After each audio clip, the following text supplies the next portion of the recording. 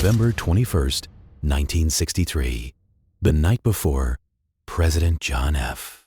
Kennedy would be assassinated in Dallas, Texas, while JFK slept at the Hotel Texas in Fort Worth, 40 miles away in Dallas. Another gathering was taking place, a party at the mansion of Clint Murchison Jr., one of the richest oil tycoons in Texas. The guest list read like a who's who of American power: Texas oil millionaires, organized crime figures, and politicians. Among them, Vice President Lyndon Johnson. He arrived late, after 10 p.m. He was angry, agitated. He'd just come from another event, and according to witnesses, he looked like a man under immense pressure. The Kennedy brothers, JFK and Robert, had been humiliating him for 3 years, sidelining him, freezing him out of decisions. And there were rumors, credible rumors, that JFK planned to drop him from the 1964 ticket. Lyndon Johnson's political career was dying, and he knew it. At that party, Johnson spoke to a woman. Her name was Madeleine Duncan Brown. She wasn't just any guest. She was Lyndon Johnson's mistress. Their affair had lasted more than 20 years. She'd borne his son. And on that night, in a private moment away from the crowd, Johnson told her something that would haunt her for the rest of her life. After tomorrow, those goddamn Kennedys will never embarrass me again. That's not a threat. That's a promise. Less than 24 hours later, John F. Kennedy was dead. Lyndon Johnson was president. If you want to understand the most damning testimony of advanced knowledge in the JFK assassination, hit that like button. Because this isn't speculation. This isn't theory. This is a documented statement made by the Vice President of the United States the night before the president was murdered. And what he said proves he knew. Before we go any further, you need to understand who Madeleine Duncan Brown was. Because when her story went public in the 1980s, the immediate response was dismissal. Mistress. Scorned woman. Liar.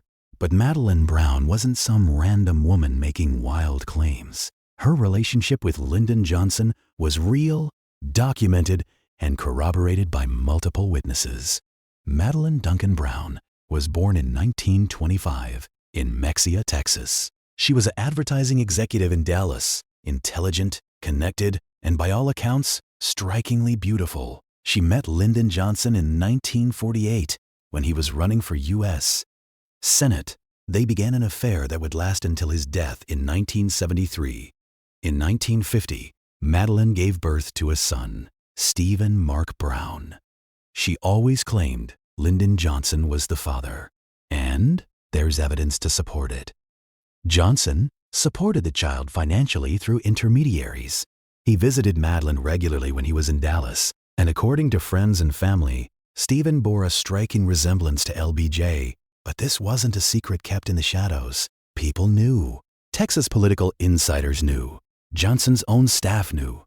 In Texas oil and political circles, Madeleine was referred to as Lyndon's woman. She kept quiet for decades, out of loyalty, out of love, out of fear. But in 1984, more than a decade after Johnson's death, she went public. She gave interviews. She wrote a book, Texas in the Morning, and she made an explosive claim. Lyndon Johnson knew JFK was going to be killed, and he told her so the night before it happened.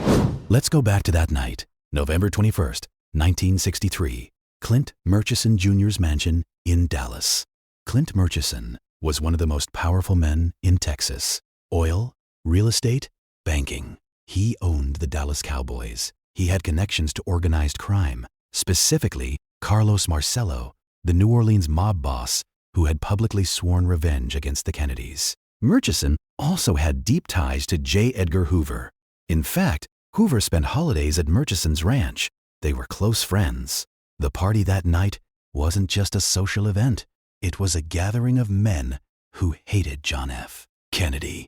Texas oil men hated Kennedy because he wanted to eliminate the oil depletion allowance, a tax loophole that made them billions. The mob hated Kennedy because Robert Kennedy, as Attorney General, was prosecuting them relentlessly. Richard Nixon was reportedly there, still bitter about losing the 1960 election, and J. Edgar Hoover hated Kennedy Because JFK planned to force him into retirement after 1964. According to Madeleine Brown, the attendees that night included Clint Murchison Jr., host J. Edgar Hoover, FBI Director Richard Nixon, former Vice President H.L. Hunt, oil billionaire John McCloy, former World Bank President, future Warren Commission member Carlos Marcello, New Orleans Mafia boss John Curington, aide to H.L. Hunt, and Lyndon Baines Johnson. Madeleine was there as a guest, but also because Johnson wanted her there. She later said the atmosphere was tense. Men gathered in groups, speaking in low voices. There was an air of anticipation. Something was about to happen. Around 11 p.m., Lyndon Johnson emerged from a private meeting in a back room. Madeleine said he looked different, not agitated anymore, calm, resolved. She approached him near the door, and he leaned close and whispered, "After tomorrow, those goddamn Kennedys will never embarrass me again. That's not a threat." Then he left. November 22nd, 1963, 12:30 p.m. Central Time, Dealey Plaza, Dallas. 3 shots. President Kennedy dead. At 2:38 p.m., Lyndon Johnson was sworn in as president aboard Air Force One. The man who, less than 24 hours earlier, had told his mistress the Kennedys would never embarrass him again, was now the most powerful man in the world. Madeleine Brown watched it all unfold on television, and according to her testimony, she felt sick because she knew what Lyndon had meant. She knew he'd had advanced knowledge, and she knew she couldn't say a word. For years, she kept silent. Johnson was president. Then he left office in 1969. Then he died in 1973. And still, Madeleine said nothing. But in the early 1980s, as the House Select Committee on Assassinations reopened the JFK case and concluded there had likely been a conspiracy, Madeleine decided it was time. She contacted researchers, she gave interviews, and she told the world what Lyndon Johnson had said. The reaction was immediate and harsh. Mainstream media ignored her. Historians dismissed her. She was called a liar, a fantasist, a woman scorned. But here's the problem. Her story didn't exist in isolation. There was corroboration. Let's examine the evidence that supports Madeleine Brown's account. First, the party itself. For years, people claimed the Murchison party never happened, but that's not true. Multiple sources confirm it.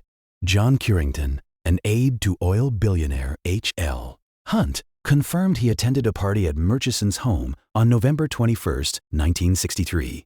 He confirmed the guest list included powerful Texas businessmen and political figures. Penn Jones Jr., a Texas journalist and JFK researcher, documented the party in his investigations in the 1960s.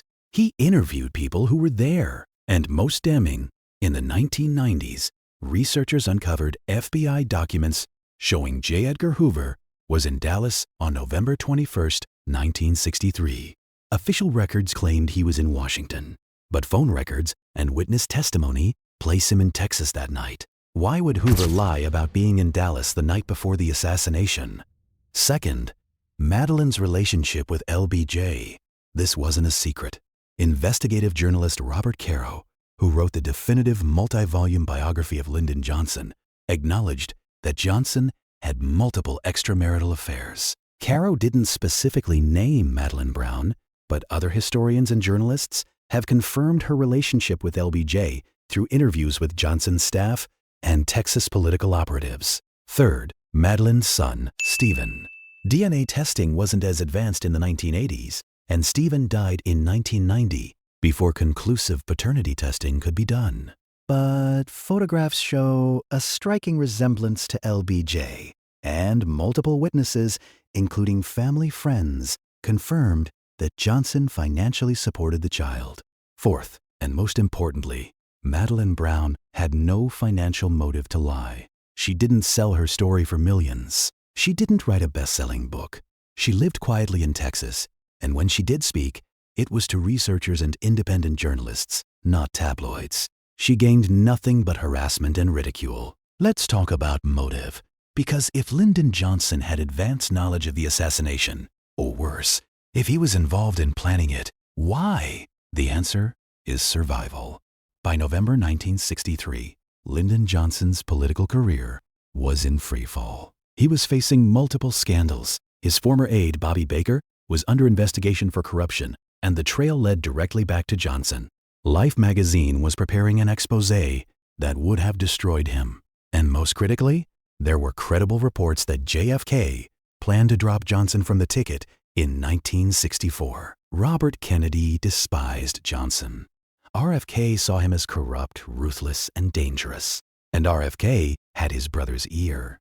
If JFK dropped Johnson, Lyndon's career was over. He'd go back to Texas in disgrace, likely facing criminal investigation. But if JFK died, everything changed. Johnson would become president. The Baker investigation would be buried. Life magazine would shelve the story. And instead of being a disgraced vice president, Johnson would be the leader of the free world. Motive? Lyndon Johnson had more motive than anyone. And here's the kicker.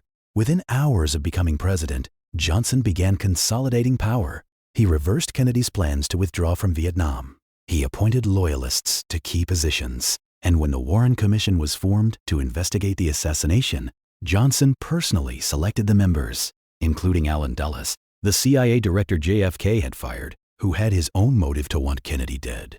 The cover-up began the moment Johnson took the oath. And it started because he knew what had happened, because he'd been told, or because he'd helped plan it. Madeleine Brown wasn't the only person who claimed Lyndon Johnson had advanced knowledge. In the 1970s, former Texas politician Billy Saul Estes, a convicted fraudster who had ties to Johnson, told investigators that Johnson was involved in multiple murders, including the assassination of JFK. Estes claimed LBJ worked with a hitman named Malcolm Wallace, and that Wallace was in Dealey Plaza on November 22nd. Fingerprint analysis later suggested Wallace's prints were found in the Texas School Book Depository, though this remains disputed. Howard Hunt, the CIA operative involved in Watergate, allegedly made a deathbed confession in 2007. In audio recordings given to his son, Hunt claimed there was a conspiracy to kill JFK and that Lyndon Johnson was informed and gave tacit approval. Hunt named CIA operatives, anti-Castro Cubans, and mob figures as conspirators. And he said LBJ knew. Evelyn Lincoln, JFK's personal secretary, stated in interviews before her death that she believed Lyndon Johnson was involved in the assassination. She said Kennedy had decided to replace Johnson on the 1964 ticket, and that Johnson knew it. These testimonies, combined with Madeleine Brown's account, paint a picture.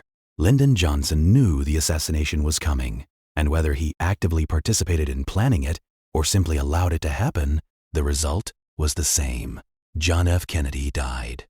Lyndon Johnson became president, and the truth was buried on November 21st, 1963, the night before John F. Kennedy was murdered in Dallas. Lyndon Baines Johnson told his mistress, Madeleine Duncan Brown, "After tomorrow, those goddamn Kennedys will never embarrass me again." That's not a threat. That's a promise. 24 hours later, JFK was dead. Lyndon Johnson was president.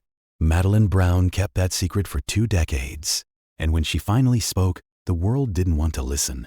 Because accepting her testimony means accepting that the Vice President of the United States had advanced knowledge of a presidential assassination. And that's a truth too dark for most people to face. But the evidence supports her. The party happened. The guest list included men with motive and means. Lyndon Johnson was there. And the next day, the president was killed. If this story made you question what really happened in Dallas, if it made you wonder how deep the conspiracy went, hit that like button. Subscribe for more investigations into the moments, the conversations, and the confessions they tried to bury. Now tell us, do you believe Madeleine Brown?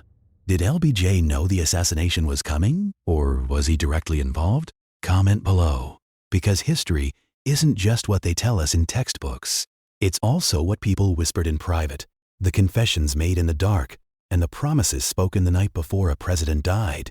Madeleine Duncan Brown heard one of those promises, and she spent the rest of her life trying to get the world to believe her. Thank you for watching. History doesn't repeat, but it echoes, and the echo of that November night still haunts us.